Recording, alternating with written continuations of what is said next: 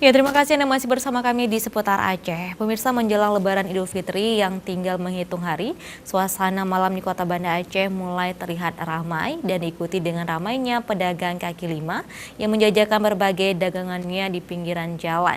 Salah satunya penjual aksesoris Lebaran yang cukup diminati oleh kaula muda.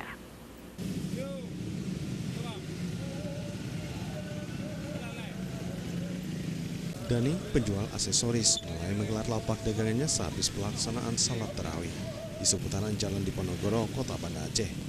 Ia tidak sendirian menjual aksesoris seperti kalung, gelang, cincin, dan beberapa pernak-pernik yang cukup diminati kaula muda, termasuk pedagang yang sama menggelar dagangan dengan menggunakan beca sepanjang jalan ini agar memudahkan untuk bergerak. Selang beberapa menit, lapak baru dibuka. Konsumen yang didominasi anak muda ini melewati jalan tersebut langsung berhenti. Ada yang sekedar melihat, ada juga yang tertarik untuk membeli. Menurut pengakuan Dani, pelanggan lebih didominasi kaula muda yang kebanyakan mencari gelang, cincin, bahkan kalung besi. Ada juga, tapi mungkin antusiasnya nanti dah Lebaran. Dekat-dekat Lebaran. Kalau harga berapa bang satuannya nih? Kalau harga Ini 5.000. kalau harga 5.000 murah-murah ya? Iyalah, kalau kalung beda-beda variasi. Nah.